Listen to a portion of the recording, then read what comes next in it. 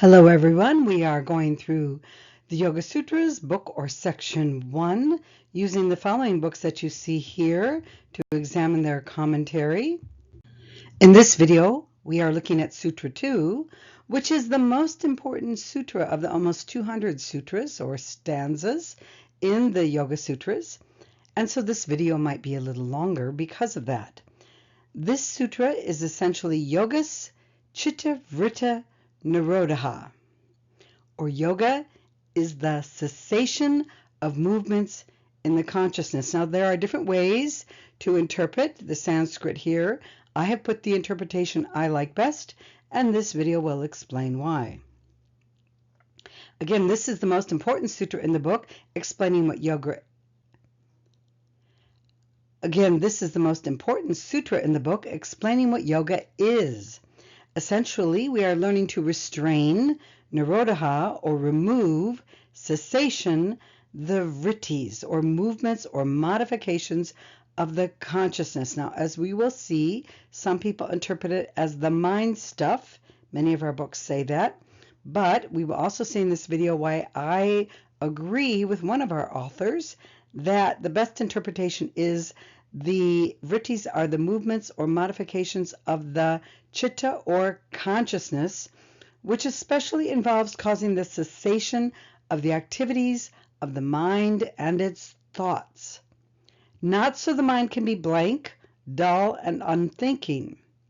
Rather, the mind is becoming a quiet, calm, and clear reflector of the self that we are, which is known as Atma Buddhi Manas, the triad in the Bailey model, or Sat Chit Ananda in yoga philosophy. So there are some introductory videos before this video where we have gone over some of this, but we'll do it again here briefly, about restraining the vrittis.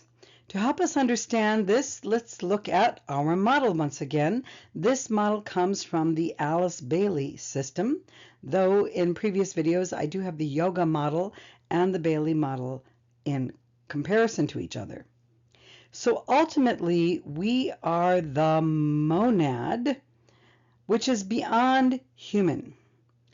And that monad reflects itself in the triad of Atma or Sat, the Absolute, as we can realize it in human form, Buddhi or Ananda, the bliss that arises through love wisdom, also known as Christ, Krishna, Buddhic consciousness, and the Manas, which is right up here at the top of the mental plane, which is broken in two, the higher mental, lower mental. We've seen that in previous videos. You may see that again here. And this higher mental is also known as the plane of the solar angel, where the soul or the causal body or the egoic lotus is, that gives us a sense that we are an individual I separate from other I's. And there we have that soul, causal body, egoic lotus on the higher mental plane of the solar angel. That coverings, or I should say, those coverings or vrittis are what prevent us from realizing the self we are. And those vrittis exist on the mental, the emotional, and the physical plane. Where the consciousness gets denser and more ignorant and clouds over the self, the monad reflected as the triad, it clouds it over so we don't realize that that is who we really are. Here we have the lower mental and the emotional and the physical vrittis all covering up 1, 2, 3, 4 levels, covering up the triad, which is who we really are, the true self. Starting from the bottom up then, when we sit down in meditation, we have to uncover first and foremost the physical vrittis or distractions that keep us focused on the physical body and its needs. We all know what that is like. You know, the stomach is hungry, or we've got aches and pains in different places. So our meditation is only about the physical dense world, and then we get up and go about our day. We need to uncover those vrittis. Then we have to uncover the emotional distractions and desires that keep us constantly craving what exists in the world of the five senses, as if only out there can we derive true happiness. Basically, these all represent pleasure, sex, power, and physical comfort, money, security. And we are trying to rise above those to get up into the triad, the realization of the self that we really are. So you're in meditation, and all that's going on there is you're thinking about the fight you just had with somebody, or the people you're agitated with at work, or will you get a promotion, or did people like your presentation, or do you need to go get some groceries? That's what your meditation becomes about. We want to remove these vrittis in meditation so we can uncover the true self that we are. Chitta Vritta Nirodha. Now, most of humanity, we are told in the Bailey teachings, resides in the emotional plane and have Atlantean consciousness, meaning they are not even motivated to go within to find the true self. They want to just hang out in the vrittis because they see that the realm of the five senses is the source of the real happiness or bliss. And at the beginning of the Bailey book, Light of the Soul, on the Yoga Sutras, you will see this discussion about the Lemurian, the Atlantean, the Aryan consciousness. Lemurian is basically those that are in physical dense, focused only on the physical body and physical dense needs. The new agey stuff about Lemurian consciousness is all made up stuff. This idea of Lemuria came from Helena Petrovna Blavatsky in her book The Secret Doctrine. And when you read it, Lemurians are nothing like what New Agey people have, where they were some extremely advanced civilization. No, they were very primitive and dense in their consciousness, focused primarily on physical survival. Atlantean consciousness is not just the Atlantean race. Bailey emphasizes the idea of consciousness. What is Atlantean consciousness? It's all about desire and the highs and lows of emotions. And the Bailey model says that the majority of humanity is here. The Bailey model has 10 different groups of evolution that span all the way up here. Actually, the 10th one is here. And most of humanity is just down here.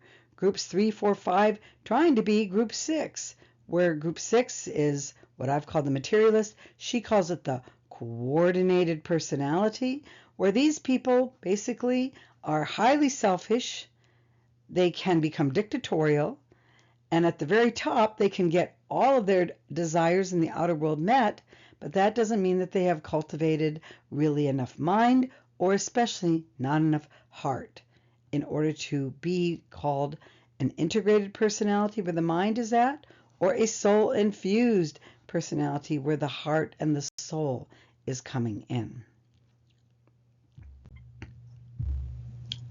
So to help restrain the physical vrittis, we already talked about, you need to quiet the physical body. Now, some of the ways to do that is keep it healthy, keep it flexible. That's what Hatha yoga or asana postures are all about. So you can sit in meditation more comfortably and uncover those vrittis. Here we have the 8 limbs of yoga, and here we have the asanas that help with the physical vrittis to remove them. We also have pranayama. Pranayama can actually help both calm the nervous system and calm the etheric body, as well as help calm the emotions. So I've kind of put it in between here. That's why a lot of times we start a meditation with pranayama practice. It helps us uncover the vrittis to get through the meditation to reach the true self that we are.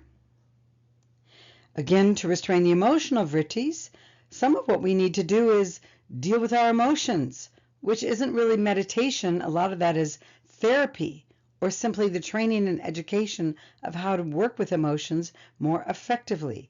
It can also mean that we clean up our traumas and do emotional healing, so that when we sit in meditation, it isn't all about just the stresses that we've had that day, the highs and lows that we're having emotionally.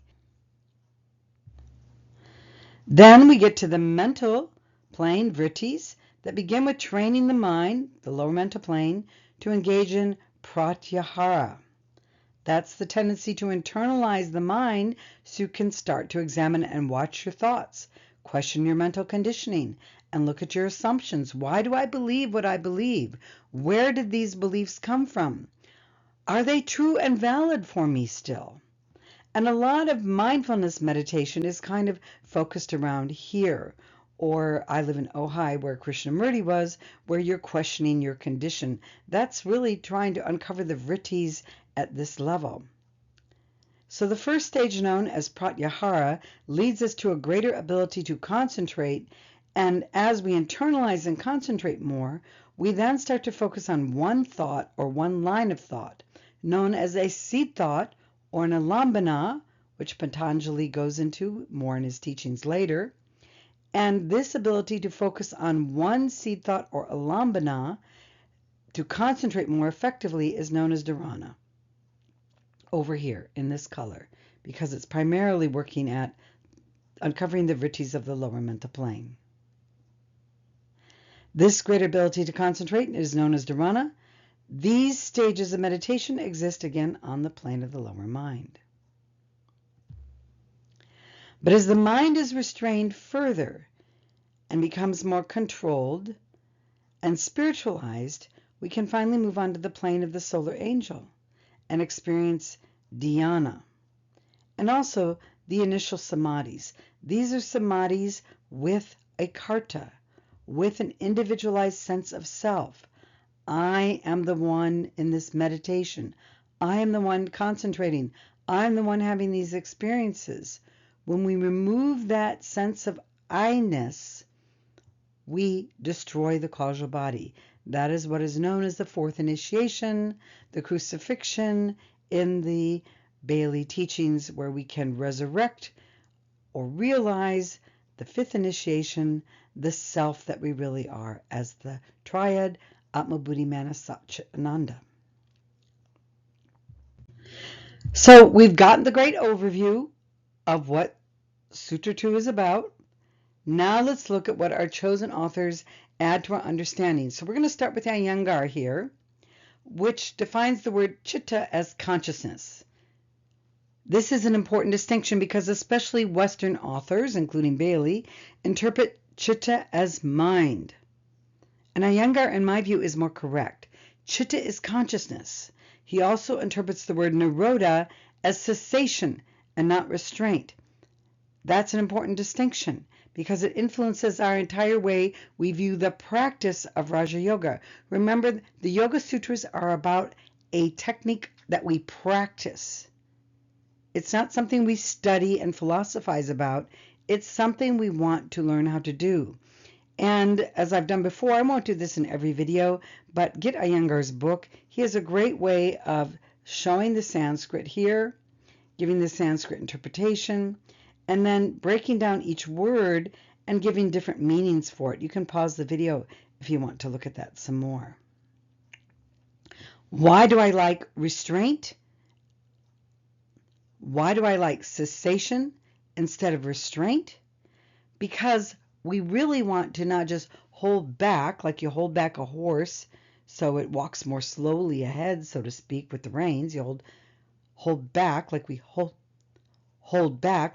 back a horse with the reins so it walks more slowly. That's not really what we're doing. We're attempting to quiet. So we're not listening to the physical vrittis of our body aches and pains. So we're not listening to the emotional problems and highs and lows that we have during the day, our different emotional states. We're trying to create a cessation, not a restraint, so we can listen more deeply. That's my favorite definition of meditation, by the way, listening. Diving in more deeply, Iyengar says, Chitta is the vehicle which takes the mind, manas, towards the soul, Atma. Now, he's not referring to the soul as the causal body. He's referring to the triad here, Atma, Buddhi, Manas, the soul as Atma. And he says that, quote, Yoga shows ways of understanding the functionings of the mind and helps to quieten their movements. leading one towards the undisturbed state of silence which dwells in the very seat of consciousness. Yoga is thus the art and science of mental discipline through which the mind becomes cultured and matured. There's so much wonderful stuff in here. First of all, we're trying to quiet the movements, the vrittis. And as we do so, we experience silence. Now, this is not silence like we're just sitting there, duh, and quiet. And we have 20 minutes of quiet in our meditation and then we're done. We just had a nice blank mind and now it's over. That's not what we're doing here. I really, again, like my word, we are listening. We're attentive. We're awake. But we're diving deeper to try and understand something. And that requires the vrittis being silenced so we can dive deeper for a deeper understanding. That's how we arrive at the intuition on the Buddhic plane as well. So that's also how the mind becomes cultured and matured, because the more we're able to deeply listen to ourselves, to others, to the true self we really are, the more we comprehend. Bailey calls the Buddhic plane synthetic understanding, a broad understanding of the world, how it's working, our lives, our purpose, and that leads to so much peace of mind. It's like we've seen the whole movie. We know how the whole thing plays out. So when we rewatch the movie with somebody else, we know how to not have those emotional highs and lows or that mental, what's going to happen? That's quiet. We can just observe and view and know. He also says that Chitta is the, quote, subtlest form of cosmic intelligence, Mahat. Mahat is the great principle, the source of the material world of nature, Prakriti, as opposed to the soul, which is an offshoot of nature. By soul here, he's again referring to the Atma. According to Samkhya philosophy, that comes from India, creation is effected by the mingling of Prakriti with Purusha. Purusha is the cosmic soul. It's not the individualized soul in the Bailey model on the plane of the solar angel. This is much larger than that. This view of cosmology is also accepted by the yoga philosophy. The principles of Purusha and Prakriti are the source of all action, volition, and silence. So we've got to break for a little bit in this video and get a better understanding of what is Purusha and Prakriti to comprehend what Iyengar is saying. So let's pause for a moment to really understand that. For starters, we have to get familiar with the terms of yoga philosophy, Purusha and Prakriti. Purusha is essentially the unmanifest realms. It's not even really the black and white here, it's just the black, we could say. Anything that can be thought about or known to us is not Purusha. Why? It's manifested. A thought is manifested. It is now a thing. Any object out there is part of Prakriti. Any thought in here is part of Prakriti. All speech that I'm speaking to you right now is part of Prakriti. But behind all of that is Purusha. In Christian terms, you might want to call it the father aspect of divinity, though that word is not really a good word, father. And the word unmanifest is really a better word, because when we say father, we are more inclined to create a picture. A father looks like this. God looks like this. Goddess looks like this. All of that is in the realm of Prakriti, because we're creating pictures, and Purusha is beyond that. That means there's really nothing we can say about Purusha, because it is totally beyond anything our five senses, including our minds, our speech, can comprehend. It is the no thing which paradoxically includes everything. It is both empty of all things and full of all things. Why? Because it is everything, which means it is the no thing that contains everything. That's the paradox. Realizing this, not just thinking about it, is enlightenment, or kaivalya, as Patanjali calls it. We can understand it intellectually, but that's really different than experiencing it, and that's what the Yoga Sutras is about. As for Prakriti, this is the world that is manifest. The word Prakriti means acting outward. So Prakriti essentially is everything that's out there. That involves the world of the five senses and also our mind. Anything we touch, taste, see, hear, smell, think is Prakriti. This means that whenever we're engaged in praying to a divine entity, whenever we think or have any ideas, whenever we visualize images of anything, we are out there. We're still involved in the manifest world. We're still involved in engaging with the vrittis at some level. Again, the secret of enlightenment or kaivalya is, can we stabilize our consciousness so that we can experience Purusha? But we can't just live in Purusha, emptiness. We're manifested. We're in a body. We're in a world. We're in the video games, so to speak. So the question is, how can we stabilize our consciousness so we can build continuity of consciousness and continually be aware at all times of Purusha and Prakriti, not just while we're asleep in deep, dreamless sleep, but in waking and walking through this world. To really reach that point where we are always in that state of awareness is kaivalya and what they also call Dharma Mega Samadhi in the Yoga Sutras. So let's look at what Swami Satchidananda has to say.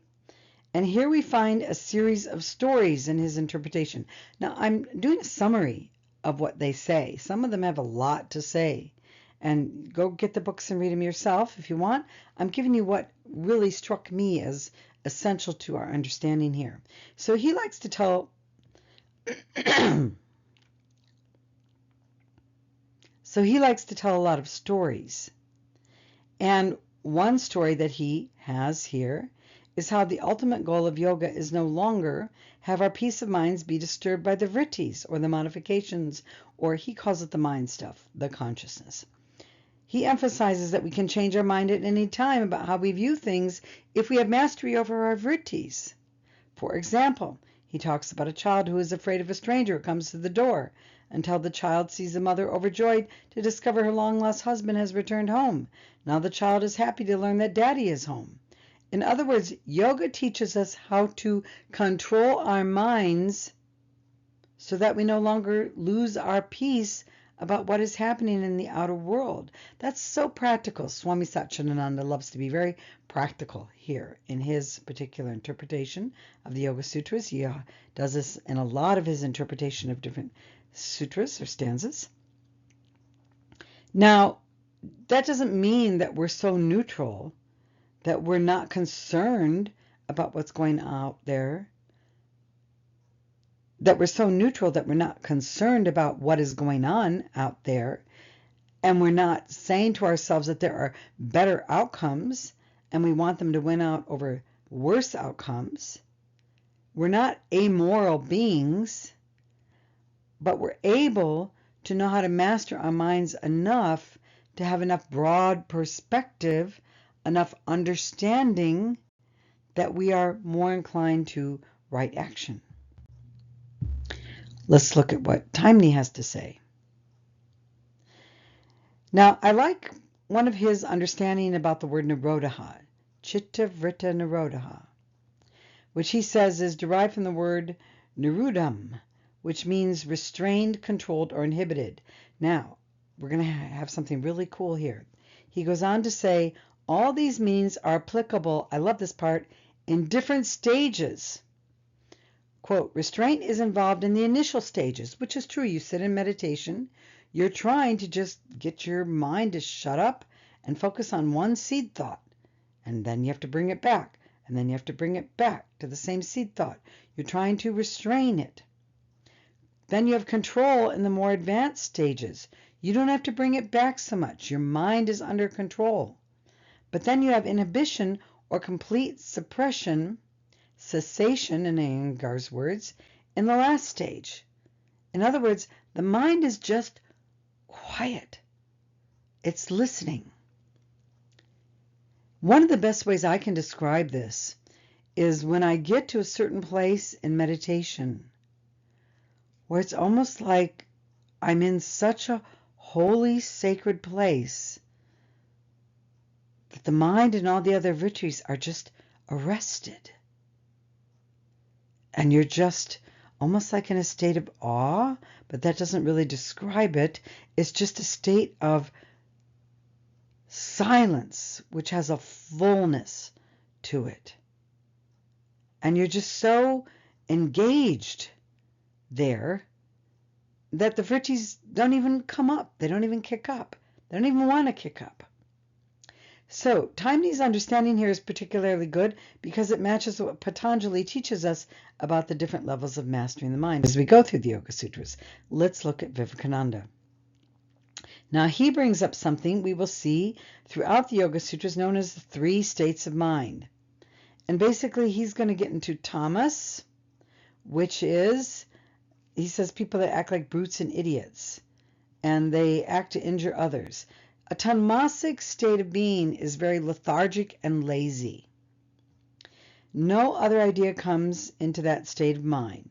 Then there's the active state, rajas, whose chief motives are power and enjoyment. I must do. I must conquer. I must have, obtain. This is rajas. I will be powerful and rule others. Then at last, when the waves cease, the vrittis cease, and the water of the lake becomes clear, there is a state called sattva, serenity, calmness. It is not inactive, but rather intensely active. That's, again, my word, listening. It is the greatest manifestation of the power to be calm, quiet, observing, to comprehend, to understand, to take it in. The calm man is the one who has restraint of these waves. Activity is the manifestation of the lower strength, calmness of the superior strength. This chitta is always trying to get back to its natural pure state. Where is it pure? Up in the triad. Atma Buddhi Manas, Satchidananda. But the organs draw it out. The 5 senses. Engage in this, engage in that. Get covered with this vritti, get covered with that vritti. To restrain it and to check this outward tendency, to control it, and then to cause its cessation, and to start it on its return journey to the essence of intelligence, is the first step in yoga, because only in this way can the chitta get into its proper course. Now we're at what Bailey has to say. And her interpretation of the stanza is quite different from what everybody else says. She says this union or yoga is achieved through the subjugation of the psychic nature and the restraint of the chitta or mind. There is nothing in any other interpretations I've read. I've read more than what we're covering here with these 5 books. I've read 3 others, plus I've listened to an audio course on it from our Shabota Center. Nowhere does it say anything about subjugation of the psychic nature. She's referring to like almost suppressing the emotions. That word subjugation, I have a lot of problem with it because it's like repressing. And we're not repressing anything. We're removing. And she uses restraint of the chitta or mind. So her understanding of the Sanskrit is a little lacking here, but let's go with what she has to say. The psychic nature, she says, is the emotional body. Yes, one vritti is the emotional body. Yes, we want to learn how to remove that. But essentially, she's saying that the purpose of yoga is subjugating the emotions and the mind. And that's not really the purpose. That's part of the process. The mind, she says, is the mental body or the lower manas or mind. Remember, the main problem with her interpretation, we learned this in previous videos, is that she sees the Yoga Sutras as helping us reach the soul on the plane of the solar angel and taking the third initiation, where we become soul infused. This is not correct. We are trying to reach the Atma Buddhi Manas, the triad. And so there's a lot of problems with her interpretation. Good stuff I like out of it. Used to be my favorite book on the Yoga Sutras. Not so much anymore. Soul to Spirit talks a lot about the Bailey teachings, so we're adding what she has to say so you can get clear about some of the problems in her interpretation here. Again, this is only the beginning, manifesting the soul, becoming the soul of what the Yoga Sutras is about. Though I want to say she does hint at a further process when she says later in her interpretation of this, the monad, the Father, the One, will stand revealed. What is that? The monad.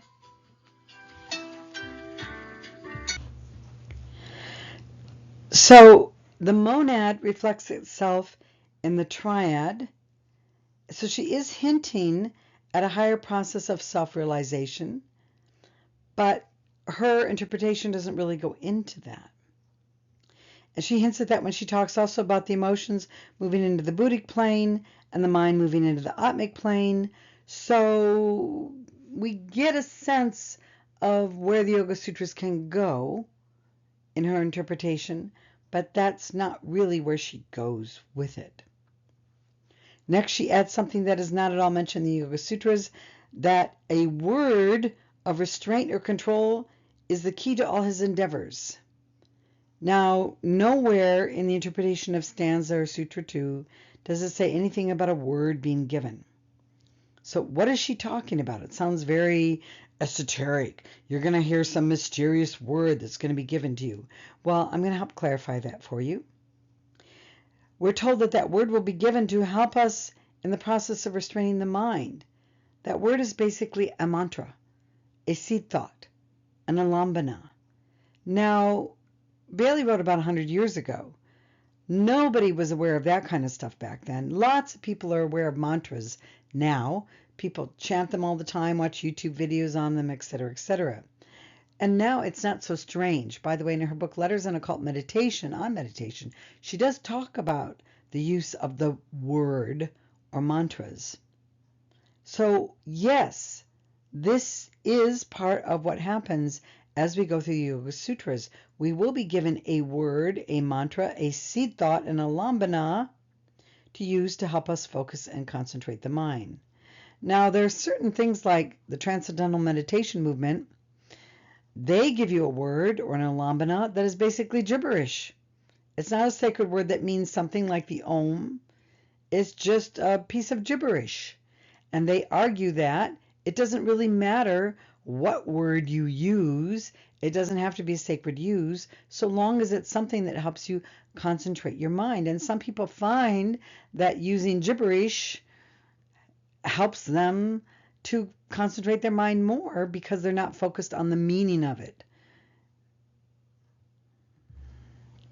Finally, Bailey talks about how after the restraint of the mind helps us achieve union with the soul, we then bring this down into the physical body, allowing us to consciously and intelligently control it and our lower nature.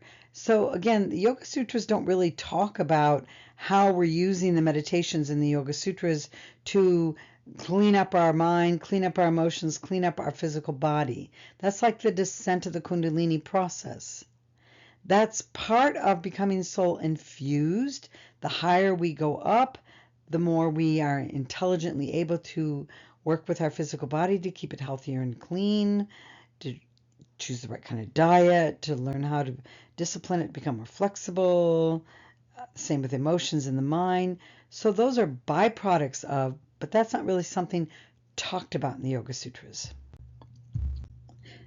Okay, we have reached the end of this video, and I hope that you have enjoyed learning a little bit more about the Sutra 2, and I will see you in the next video when we get to Sutra 3.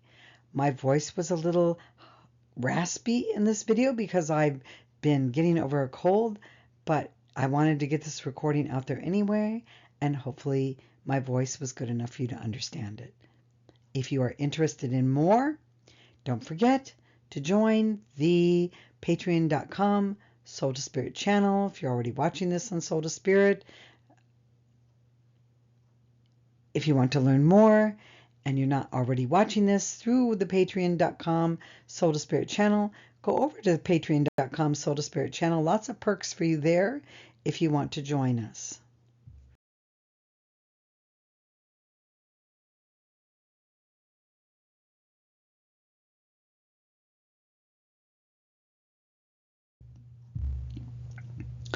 Which brings us back to what are we trying to do in yoga? Let's look at what Iyengar says again. Chitta is the vehicle which takes the mind, manas, towards the soul. Atma, I'm repeating this. Okay, I'm going to